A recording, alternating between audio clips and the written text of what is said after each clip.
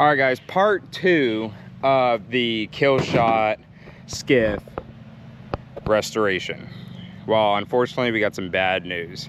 So we went to go ahead and do a sea trial, and we got the boat hooked up off camera because we don't need to put that on camera.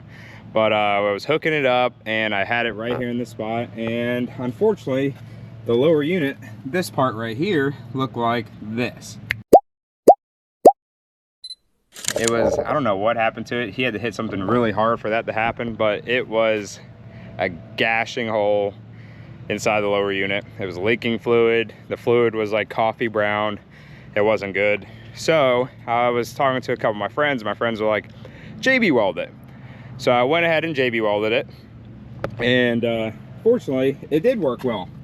And then I went to go ahead and start the motor just to make sure it started before we get to the boat ramp, which is about 10 minutes down the road, and unfortunately she didn't want to start.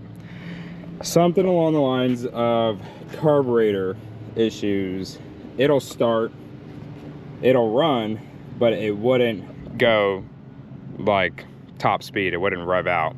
The air fuel ratio wasn't good. So unfortunately, we were stuck at the boat ramp for like 3 hours trying to figure it out, Charlie and I. And then this part right here was being all cattywampus.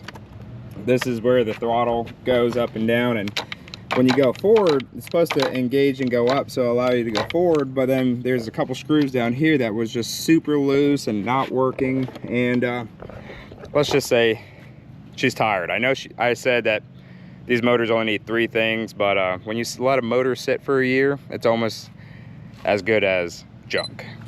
Have a mechanic coming over the weekend to rebuild the carburetor and take a look at all this good stuff here. And maybe farther down the line in the video, we will go ahead and put it back on the boat and see what the difference is between a 2-stroke and 2012 20 horsepower 4-stroke motor.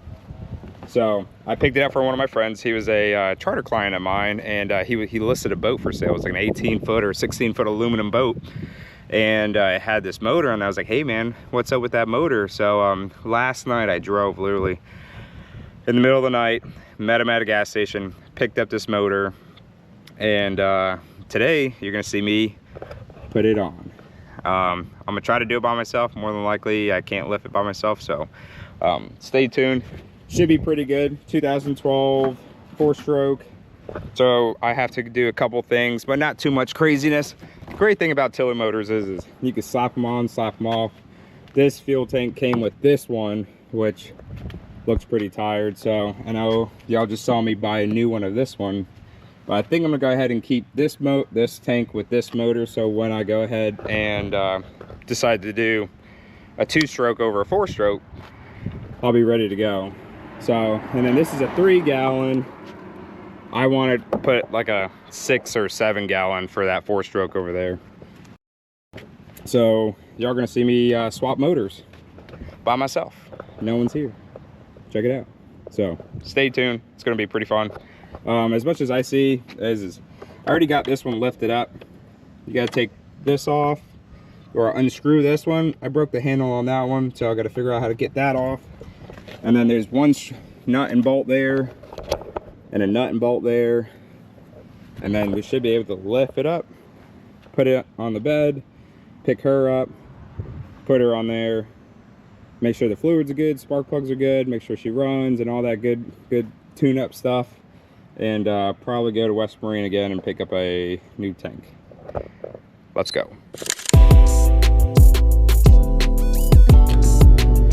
Lefty loosey, righty tighty.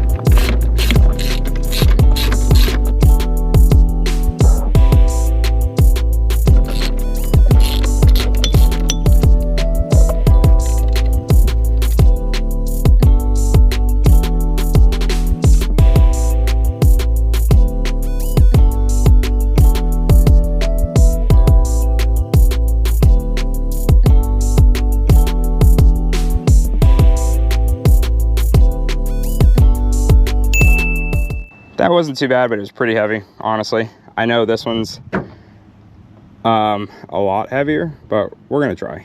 Just for y'all though. See if we can slide the beanbag over. All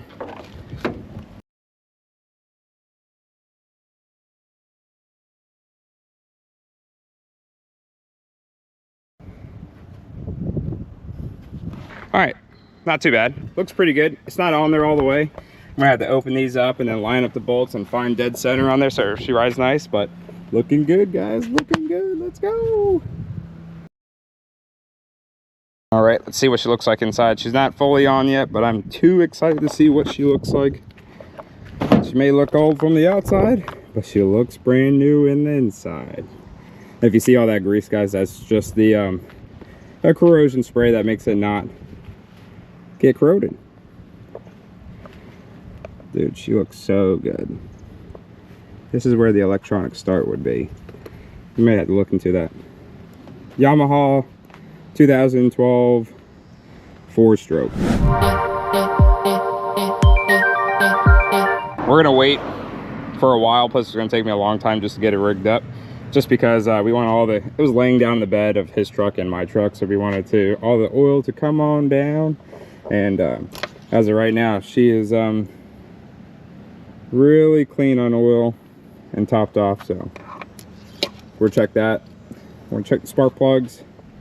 We'll make sure she's pissing good, which means the impeller inside here is good. And we'll check the lower unit, make sure there's no water in it, which we know about this one because right there, guys, is where I had the 5200 it because it was cracked, which I'll show the picture again right here. Yeah, no good, not good at all. Ooh, I'm excited, looks good. So this side's a little different, guys. We're gonna have to drill a hole because this bracket is smaller than that one. So drilling a hole, then pushing through, and let's do it. What are you doing? Boat. That's a boat? Yes. Yeah. Is Daddy fixing it?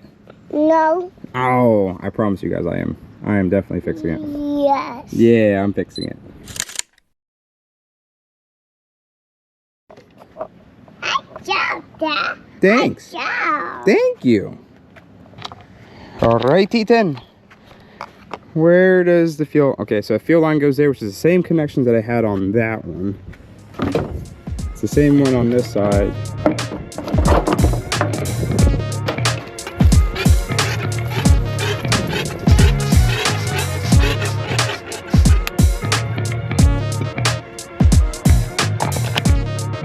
For the voice.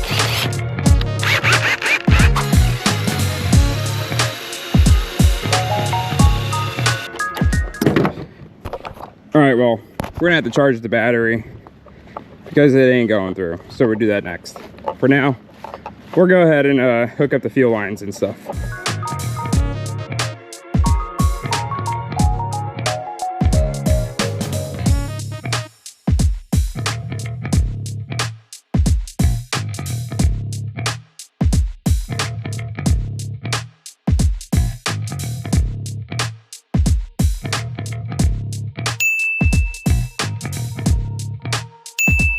All right, so we're back. 90 octane, filled up.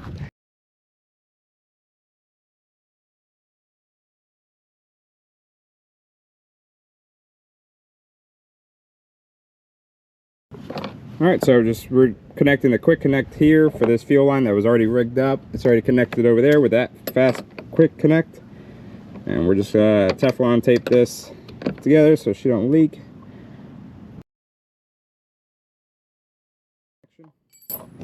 And all you do is give it a push.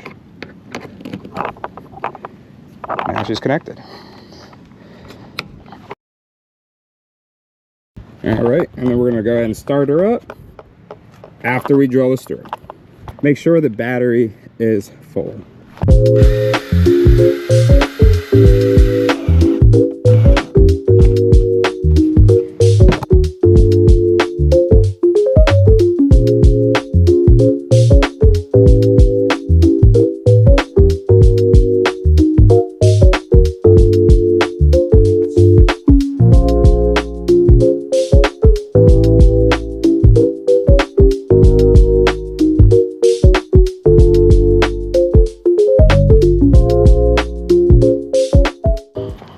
All right, so we're gonna do first start. I have it hooked up there, but I just don't like this. I might just put it back on the muffs, but let's put the kill switch in, because that's what, if you fall off, it turned the motor off. We're gonna put it in the start position, and it should be a 4-stroke. I'm gonna pull slowly and make sure it's not in gear. And it starts right off rip, guys. Woo! Look at that. Yeah. I don't know how to turn it off though.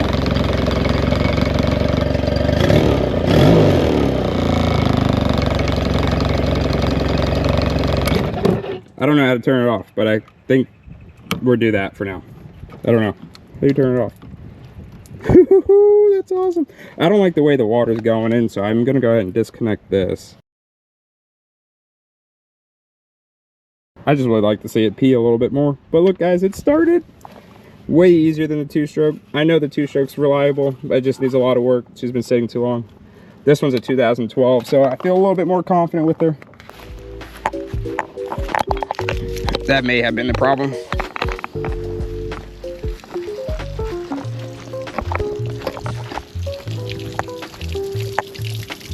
That's more like it.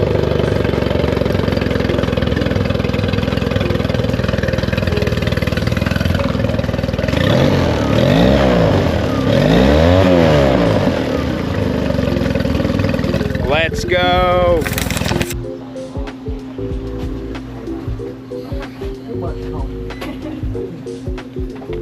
A bag for your goodies? No, thank you. Okay. What do you say? Thank you. You're welcome.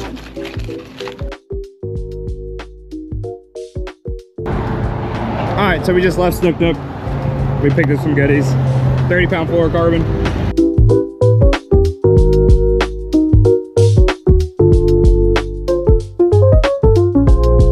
All right, guys, so we're at the Jensen Causeway boat ramp. It's our local boat ramp. It's like 10 minutes down the road. Got the straps off. We're gonna go ahead and get her wet.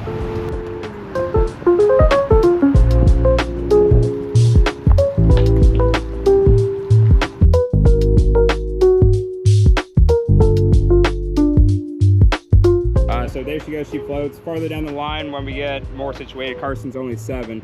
So typically what I'm gonna do is back up the truck. Karson's gonna be in the boat and then here back it off the trailer and here park it, and then I get to park the trailer. But for now, I get to do it all myself. But stay tuned, you're gonna see him do it by himself, I promise.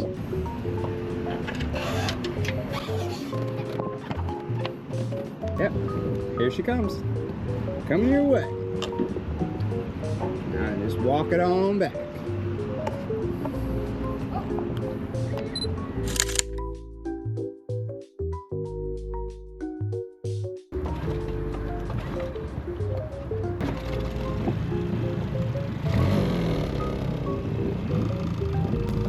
There she goes, guys. Safety first. Karson has to wear a life jacket because the boat is under 26 feet. We never had to worry about that because my boat is a 30-foot boat. This is only a 16, so Karson, sorry about it. But it's only when we're moving. Now when we're fishing, we can take it off. All right, undo the line.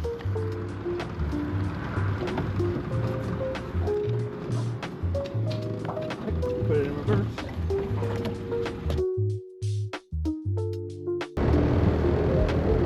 Bobs, we're moving. We're moving.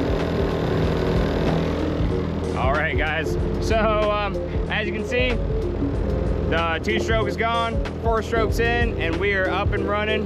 But for y'all to see the rest of the video, stay tuned for the next one. Boom.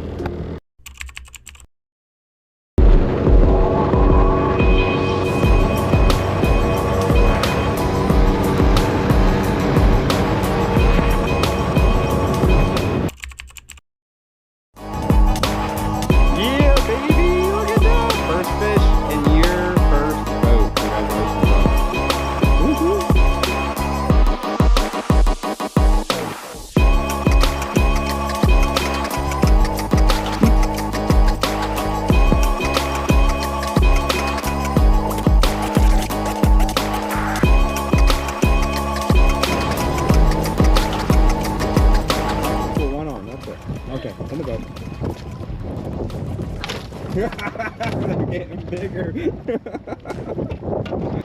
Snook fishing, nighttime. Let's go.